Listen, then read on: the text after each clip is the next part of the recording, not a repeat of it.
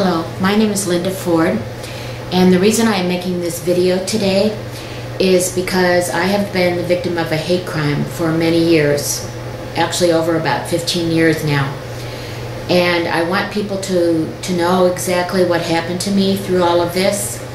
I want them to know that before this hate crime, I had a happy and productive life.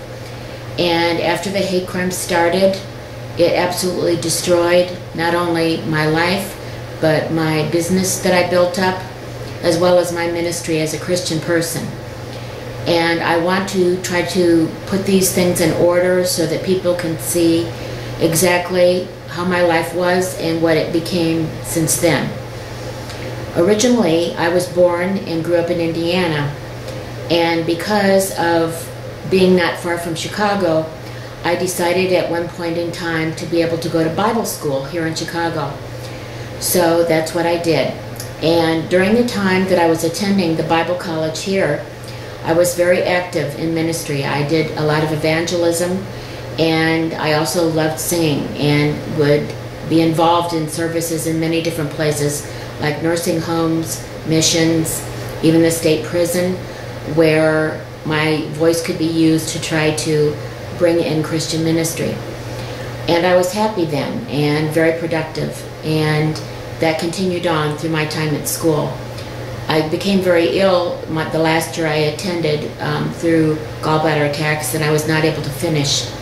So at that time I decided it was best if I just left the school and went out and got a regular job.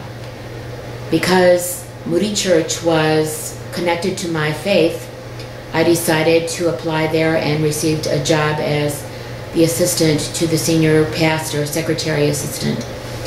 And during the time that I worked at the church, the people were good people that I worked with. The pastor I worked with was a very good teacher. He had a tremendous ministry. He was very popular. And also the people that I worked with, whenever anybody came in and needed help, we had an open door policy. They could talk to one of the pastors or any one of us and could call on the phone. And if they were stranded or runaways and in trouble, we would definitely help, and we would go and pick them up, bring them back to the church. I would take them out for a very nice lunch at a restaurant, and then we'd help them if they needed a ticket home and had been robbed or stranded in some way. We would take care of that. If it was runaways, we would counsel them, get them back with their families. Whatever they needed, whether it was just a meal or anything else, we would help them. And I enjoyed working there at that time, and I also was very active in my own kind of ministries while I was working at the church, working with the single adult groups and helping people that way, and also just leading groups on my own on evangelism teams in different places in Chicago. And the pastor encouraged that and was very happy that I wanted to do that. During the last part of the time that I was working there, my father died of a heart attack, and it was very devastating to me. The group there did help with that as far as having a service for him, and only 3 months later it turned out that because of my illness when I was going to school, it came to a head and I had to have emergency surgery. And they also tried to be supportive at that time as well. Because of all that happened with my family, with my father, and with my health, I decided that I would really like to go into the medicine area and would like to become a paramedic. I had watched a program, Emergency One, and thought that that would be great.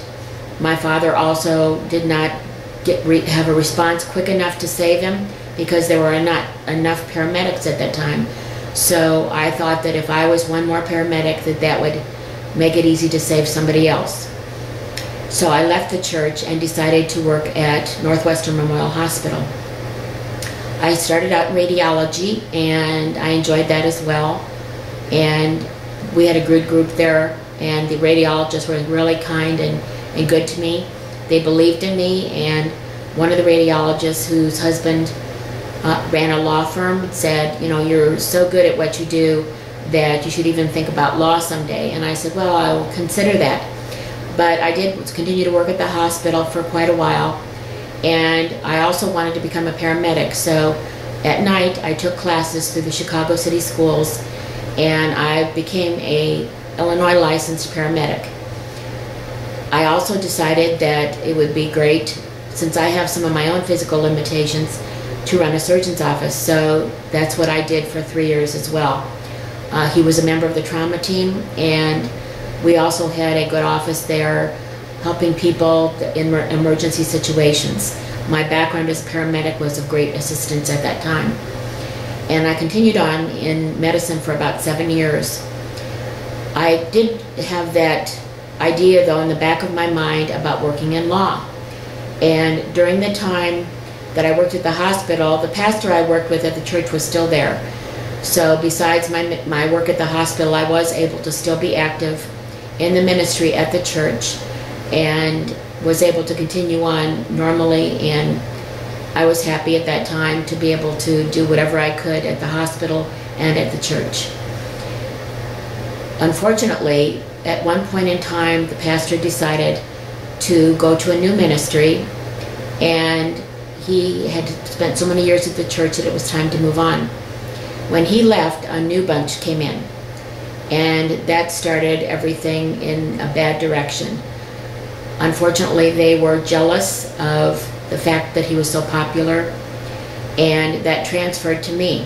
Of course, I have nothing to do with someone's feelings of jealousy or any kind of competitive thoughts that they may have, and I thought it was very unfair that they were aiming some of that resentment at me, but I still continued to attend. I just didn't have as active a role at the church at that time. I met a man at the church by the name of Scott Cruz, and he was interested in me. There was also another man by the name of Jim Branken, who was a banker, and he had an interest in me all through the time that I worked with the pastor, but I was not interested in him. And I just let him know that I was just a friend. In regard to Scott, I had my friend dying of cancer at that time. My best friend in Indiana had breast cancer, which metastasized, and she struggled for 9 long years and died from that cancer. I stood by her during that whole time and loved her dearly. Would have died in her place if I could have, to spare her family from losing her. But Scott was even jealous of my spending so much time to help her, and he was very jealous also of the fact that after I left the hospital, I decided to work in law. I worked at a law firm for a while as an assistant manager, but I just felt that I was not getting the credit, the income, or whatever from all my hard work. So I decided to start my own business as a legal contractor. I did that for over 15 years in Chicago. And my best friends at one individual firm were Jewish lawyers. There were just a great bunch of people at that firm, and we enjoyed working together for 7 years. It was during that time that Scott became jealous of my Jewish friends and would start to complain or try to cause problems about them. And I said that it was ridiculous that he should have such a feeling. The church supported Christian and Jewish friendships and had an organization so that we could meet together with Jewish people and encourage friendship and a good relationship between them. We even had a pastor there at the time who was what's called a Messianic Jew, who had been from a Jewish background, become a Christian, and was ministering there as well. So I supported and encouraged all of that and loved it and was great friends with my Jewish friends. They were dear to me, and during the time that my friend was sick, did everything they could to help me. They kept me working. They said, go ahead and take off when you needed to, and they encouraged me as much as they could. They've been great friends through many years.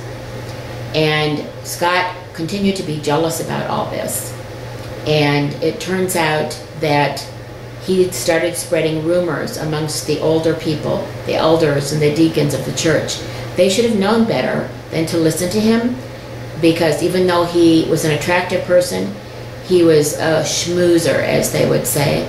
He got into their good graces, and even though whatever he was telling them must have been very negative, they should have known me by working at the church, by my ministry and everything else, and should never have listened to him. It turned out that it started a hate crime. The intent was to split me up from my Jewish friends and to discredit me. There was a point in time where I could see what he was doing, when I was being treated badly at the church, and people were like making a joke of my situation and the fact that I was not being treated properly, and I decided to leave the church at that time. That should have been enough for them. There was no reason whatsoever that Scott should have continued on with what he was doing, or tried to hurt me or my friends, or continue with the hate crime. But that's not what happened. Unfortunately, because the church is a large one, it started to spread. And the problem is that I lived within only a few blocks of the church the whole time I lived in Chicago. And that gave a lot of access to me and where I lived. I also stayed at a women's hotel at one period of time where Moody held a class, and that was a negative factor. They were decent and nice to me as long as I was attending the church. But once I decided to leave and would not go there any longer, then the people at the hotel started causing all kinds of problems by blocking my phone calls.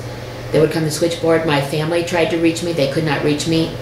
Some of my mail was not delivered to me because they're the ones that had to put it in my box. It was one thing after the other. And even the head of the hotel was involved in it. It turned out that I had to actually call in the police and have them investigate.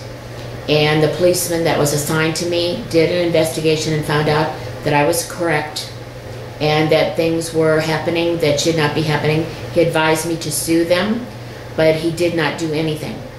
So I called the police headquarters and talked to some other policemen about what was happening, and they said, oh, well, he should be helping you, pressing charges, whatever needed to be done to stop this from going on and to aid you in protecting you from what was obviously a hate crime. And it boiled down to a hate crime because my friends are Jewish, so it was a Jewish-based hate crime and an ethnic and religious-based crime. And so this nice policeman that I did talk to on the phone said, why don't you get a reassignment? So I did call the supervisor over the policeman that was assigned to my case. He would not change the assignment.